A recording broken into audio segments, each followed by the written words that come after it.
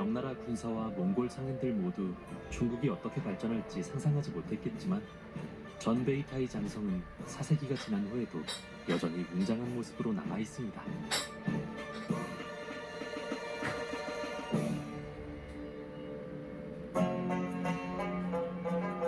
베이징에 천연가스를 공급하는 위린시 인구는 5년도 되지 않아 거의 2배인 4천만 명에 달했습니다. 번영 속의 이 석유화학 도시는 기반시설을 개량했습니다. 외관이 멋진 새로운 건물들만 짓기보다는 만리장성 유적 보존을 위한 건설적인 계획도 세워놓은 것이죠.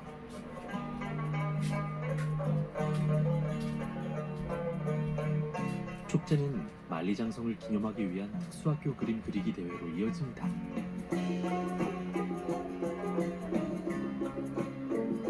따뜻한 여름철에 현지 아이들이 모여 자신들이 가장 좋아하는 성벽 이미지를 그려 입상에 도전합니다.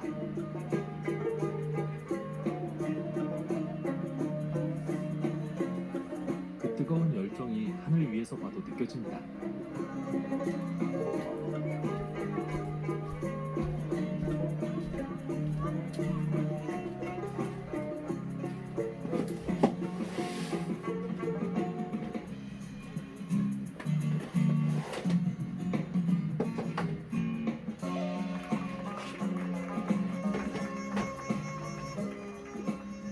이 모든 것은 만리장성이라는 건축물이 차세대 중국인들에게조차 얼마나 기억할 만한 것인지 보여줍니다.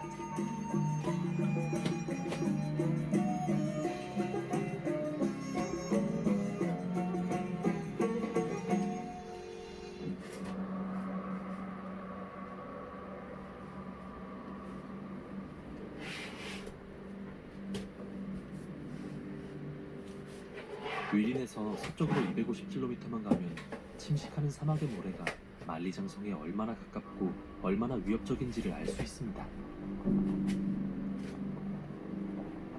이곳 딩벤에는 흙을 굳혀 만든 성벽의 본보기가 외롭게 서 있습니다.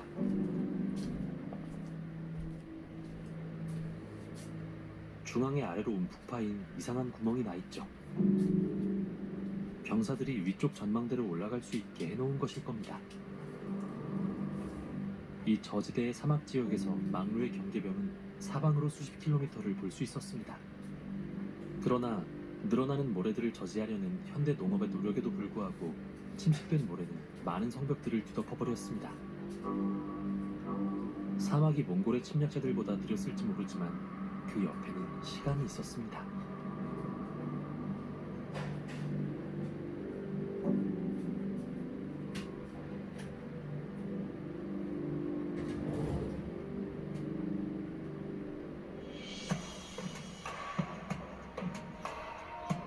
네이멍구에 맞닿는 국경을 따라가던 만리장성은 이제 대부분 산시성을 벗어납니다. 이제 북쪽으로 오늘날 중국과 몽골의 국경에 가까운 흙먼지 투성이인 황량한 언덕을 향해 날아갑니다. 이곳에선 중국에서 가장 오래된 만리장성 중 하나인 성벽을 찾을 수 있죠. 이 먼 산 속에서 2300년 전에 처음 건설된 성벽인 자오 장성입니다. 지금까지 목격한 그 어떤 성벽보다 1500년이나 더 오래된 것이죠. 저 높은 곳에 드디어 현지 돌로 만들어진 자오 장성의 흔적이 보입니다. 이 성벽은 고대 국가인 조나라가 유목기병대 공격을 받던 시기에 처음 세워졌죠.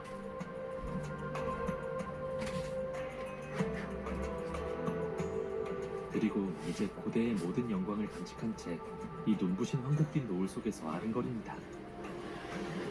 이 성벽이 최후의 비상수단으로 지어졌다는 상상은 이제 하기 힘듭니다. 지속적인 공격에 직면한 상황에서 북쪽 침략자들은 현지 왕에게 군사 전략을 바꾸라고 강요했습니다. 그러나 왕은 보병을 버리고 자체 기병대를 훈련시켰음에도 여전히 패배를 하죠. 그는 철기시대의 새 도구를 사용해 여러 산들과 열려있는 영토를 가로지르는 길고 두꺼운 야심에 찬 성벽을 건설하게 됩니다.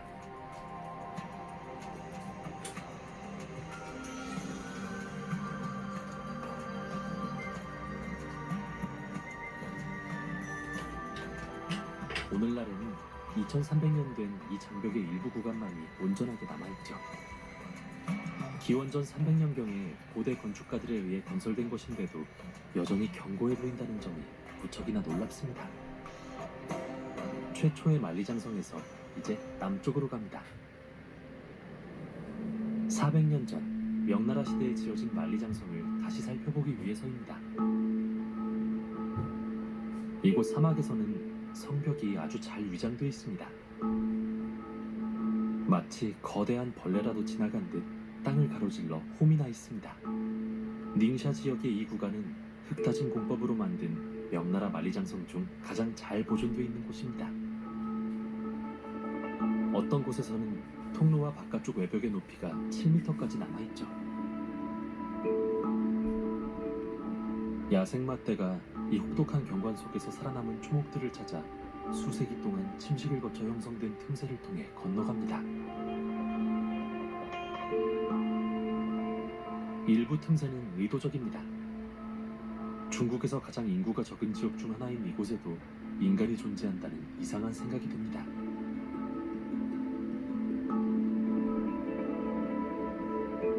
워낙 광활한 지역이라 다음 날이 되고 나서야 사람이 활동했다는 징후가 좀 더 보입니다. 아주 오랜 시간 동안 북쪽 지역은 중국 입장에서 유목민들의 침략이란 재난의 광풍만을 가져왔을 뿐입니다. 하지만 급성장하는 중국의 산업과 전력에 목마른 도시들에게 전기를 생산해주기 위해 그 광풍을 받아들이고 있습니다.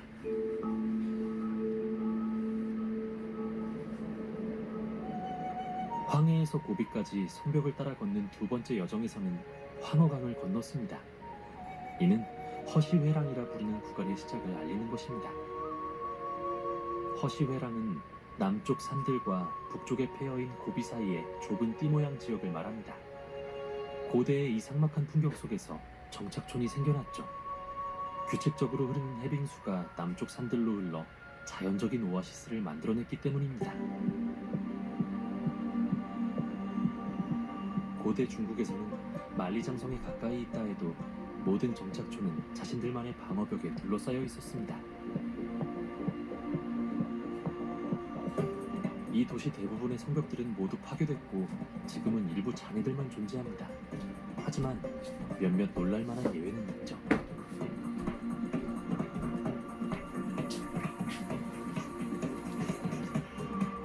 이곳은 징타이입니다. 이런 마을들이 현재는 매우 드물기 때문에 자신들만의 고대 세트장을 만들고자 하는 중국의 영화 제작자들에게 인기가 많습니다. 많은 젊은이들이 도시로 가기 위해 마을을 떠났고 기성세대는 농사를 지으며 근근히 살아가는 전통 생활에서 벗어나 새로운 기회를 얻게 됐죠. 징타이는 흔히 거북이 마을로 알려져 있는데 하늘에서 보면 그 이유를 알 수 있습니다. 주위를 둘러싼 성벽은 둥글고 마을의 문들이 마치 거북이 발처럼 보입니다. 외부 흙벽은 인근의 만리장성과 똑같은 방법으로 만들어졌죠.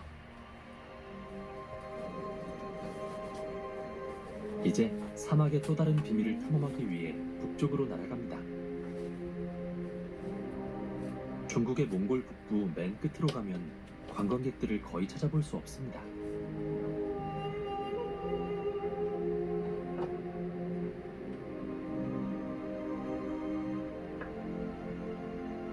모래로 뒤덮인 이 요새 도시는 900년 넘게 이 지역의 국경 역사에 등장해왔습니다. 그 존재는 저 멀리 인적이 끊긴 곳에 있습니다. 실제로 마르코 폴로는 어디서 시작해도 40일간의 여행이라는 기록을 남겼습니다. 얼마나 외진 곳인지 알 수 있죠.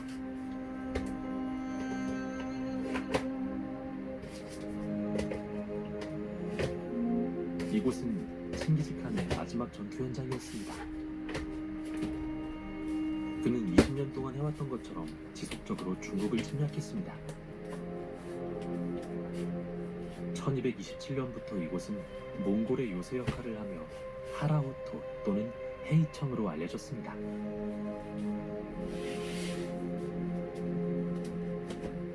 쿠빌라이 칸의 전설적인 도시처럼 보이는 신비로운 망루들은 1372년 한나라가 중국에서 몽골족을 몰아낼 때까지 침략자의 통제하에 있었습니다.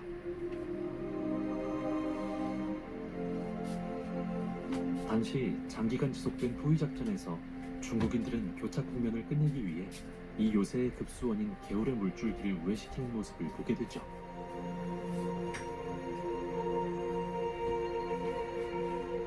이 황금빛 햇살 속에서 정말 잊을 수 없는 광경입니다.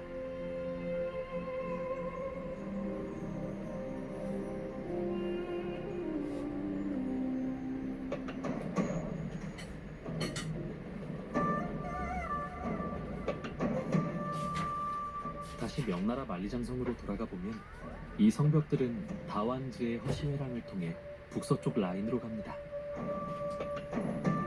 이 높은 진흙 성벽이 수천 킬로미터를 거슬러 날아오면서 본 만리장성의 일부라고 생각하니 정말 놀랍습니다. 이 기념비적인 건축물은 북중국 전역에 펼쳐져 있습니다. 실제로 만리장성은 한 곳이 아니라 수천 곳에 있는 것이죠. 그럼 인류 역사상 가장 위대한 건설을 낳게 된 원동력은 과연 무엇이었을까요?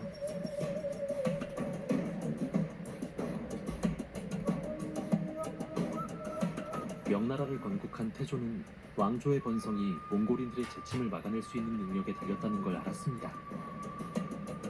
이는 명나라의 만리장성 건설에 크나큰 추진력이 됐죠. 수많은 중국의 만리장성 중 마지막이 될 것이며 몽골의 위협 때문에 가장 위대한 것이 됐습니다. 몽골은 대륙 전역에 걸친 수많은 군사작전을 통해 방어벽을 진압하는 데 있어서는 전문가가 됐습니다. 이는 효과적인 성벽을 건설하는 기대치를 높이게 됐고 명나라는 그 도전에 제대로 대처한 것이죠. 만리장성 틈새란 의미인 이곳 창청커우의 만리장성을 뚫고 펼쳐진 4차선 고속도로가 현대판 실크로드를 연상시킵니다. 동서간의 침략은 무역과 상업을 성행하게 만들었죠. 화물차 운전자나 인근 농부들에게 있어 만리장성은 그리 기념비적인 경이로움은 아닙니다. 그저 몸을 좀 기대거나 그들이 키우는 떠돌이 염소떼를 막는 장애물일 뿐이죠. 진흙길부터 고속도로에 이르기까지 많은 구멍이 뚫렸습니다. 그러나 아직 성벽은 저 멀리 칠엔 산맥만큼이나 풍경의 일부로 남아있습니다. 이 길은 명나라 만리장성의 마지막 50km를 따라 이번 여정의 화려한 결말이 될 것입니다. 바로 웅장한 자위관 요새죠. 그러나 진정한 끝은 이곳이 아닙니다. 칠엔 협곡에서 7km 떨어진 지점입니다. 평평하고 특색 없는 지역을 따라 날아오다 보니 만리장성을 건설한 사람들이 과연 어떤 극적인 결말을 가져다 줄지에 대해서 힌트가 거의 없습니다. 마지막 막루로 특정 지어진 명나라의 침식된 성벽은 깊은 협곡 위로 거의 100m에 이르는 절벽 꼭대기에 닿으면서 돌연 끝이 납니다. 9,000km의 만리장성 종착점에 이르는 마지막 상징적인 발걸음을 위해 윌리엄 가족들이 합류했습니다.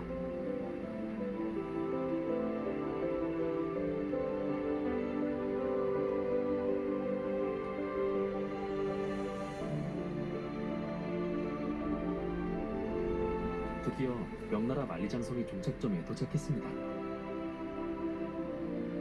칠엔 협곡은 타오라이 강에 의해 조각된 것이며 이 강은 사막 자갈 틈으로 침투한 칠엔산에서 흘러내려오는 빙하수에 의해 형성됐죠.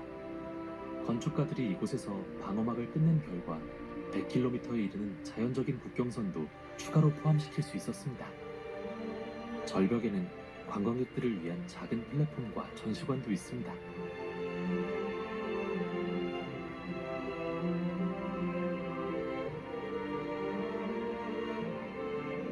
다음날 아침, 저 멀리 눈 덮인 칠엔 산맥과 함께 만리장성 위로 또 다른 장관의 일출이 목격됐습니다. 이렇게 처음 황금빛 광선이 모습을 드러내면 우리가 놀라운 모험을 처음 시작한 지점인 라오룽토우부터 만리장성 전체의 햇빛이 비추기까지는 1시간 20분이 더 걸릴 것입니다.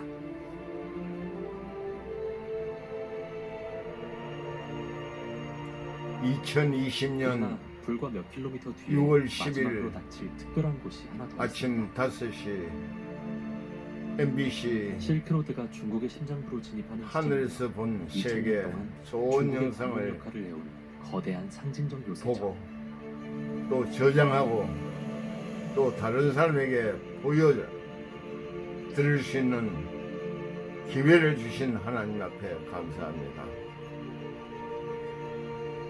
거대하고 위협적인 모습의 자위관입니다. 근사한 계곡으로 가는 관문이라는 의미를 지니고 있죠.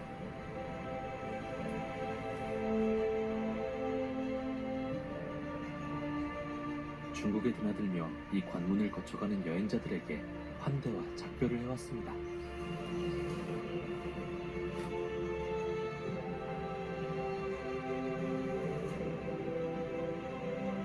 자위관은 세계에서 가장 길고 위대한 인공 건축물을 기리는 명나라 최후의 영향력 있는 기념물입니다.